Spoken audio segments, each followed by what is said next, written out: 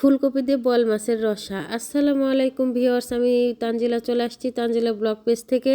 আজকের রেসিপির জন্য আমি নিয়ে নিছি মাঝারি আকারের একটি বোয়াল মাছ এবং নিয়ে নিছি ফুলকপি, কাইটা পরিষ্কার করে ধুয়ে নিছি। তো প্রথমেই আমি চুলার উপর একটি কড়াই দিয়ে দেব এবং তার মধ্যে সামান্য সরিষার তেল দিয়ে দেব এবং এখানে কেটে রাখা ফুলকপি দিয়ে সামান্য একটু হলুদ গুঁড়া দিয়ে নাড়াচাড়া ফুলকপিগুলো খুব ভালো করে ভেজে নেব, লাল লাল করে। ভাজাটা একটু অনেকটা করা হবে যে এরকম।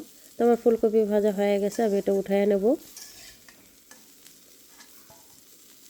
তো ফুলকপি গুলো একে একে উঠানো হয়ে গেলে, এই যে আমার ফুলকপিগুলো উঠানো হয়ে গেছে। তো সেই একই কড়াইয়ে আমি আবার সামান্য পরিমাণ সরিষার তেল দিয়ে দেব এবং এই তেলের মধ্যে দিয়ে দেব একটি দারচিনি, 2টি সাদা এলাচ এবং দিয়ে দেব একটি তেজপাতা, দিয়ে দেব আস্ত জিরা ফোড়ন এবং দিয়ে দেব কিছু কুচি করে রাখা পেঁয়াজ। এরপরে পেঁয়াজ বাদামি হওয়া পর্যন্ত ভাজা নেব। পেঁয়াজ বাদামি হয়ে গেলে এর মধ্যে দিয়ে দেবো 1 চা চামচ আদা বাটা, 1 চা চামচ রসুন বাটা, 1 চা চামচ হলুদ গুঁড়া দিয়ে ভালোভাবে এই মশলাগুলো ভেজে নেবো আর 1 মিনিট। মশলা ভাজা হয়ে গেলে এর মধ্যে দিয়ে দেবো 1 কাপ পরিমাণ পানি। পানি দেওয়া হয়ে গেলে এর মধ্যে দিয়ে দেবো 1 চা চামচ জিরার গুঁড়া, 1 চা চামচ ধনিয়ার গুঁড়া, 2 চা চামচ মরিচের গুঁড়া এবং স্বাদ মতো লবণ। দেওয়ার পরে এই মশলা আমি আবার 2 মিনিট ভালোভাবে কষায় নেব। মশলা কষানো হয়ে গেলে এর মধ্যে দিয়ে দেবো ভাজা রাখা সেই ফুলকপি দিয়ে আমি নাড়াচাড়া এই ফুলকপিগুলো ঢাকা মিডিয়াম আঁচে রান্না করে নেব 5 মিনিট। ফিরে আসবো 5 মিনিট পর।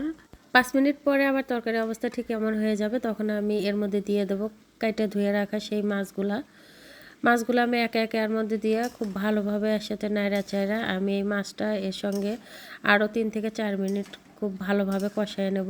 এই 3 মিনিট কষানোর ফলে এর মধ্যে যে পানিটুকু ছিল এটা শুকায় যায়। এই যে তরকারির উপর যখন তেল উঠে আসবে তখন আমি এর মধ্যে পরিমাণ মতো ঝোল দিয়ে দেব। ঠিক মেজারমেন্ট গ্লাসের 1.5 গ্লাস পরিমাণ পানি এবং পানিতে যখন বলক উঠে আসবে তখন আমি এটা ঢাইকা হাই হিটে রান্না করব প্রায় 10 মিনিট। 10 মিনিট পরে আবার তরকারির অবস্থা যখন ঠিক এমনটা হবে তখন এর মধ্যে দিয়ে দেবো ভাজা জিরার গুঁড়া 1 চা চামচ। জিরার গুঁড়া দেওয়ার পরে আমি তরকারিটা ভালোভাবে নাড়াচাড়া এই গুঁড়াটা আমি এই তরকারির সঙ্গে খুব ভালোভাবে মিশিয়ে দেবো এবং আরও 2 মিনিট আমি এটা খুব ভালোভাবে রান্না করে নেব। তো 2 মিনিট রান্না করার পর এই যে ফাইনালি আমার তরকারির এই লুকটা চলে আসছে, আমার তরকারি রান্না হয়ে গেছে। তরকারির কালারটা দেখেন কত সুন্দর হয়েছে, দেখতে যেমন মাশাআল্লাহ অনেক সুন্দর হয়েছে, খেতেও অনেক সুস্বাদু হয়েছিল। আপনারা রেসিপিটা একবার ট্রাই করে দেখবেন। তো এরকম সহজ ও সুন্দর সুন্দর রেসিপি পেতে আমার পেজটাতে অবশ্যই ফলো, লাইক এবং কমেন্ট করে পাশে থাকবেন। আল্লাহ হাফেজ।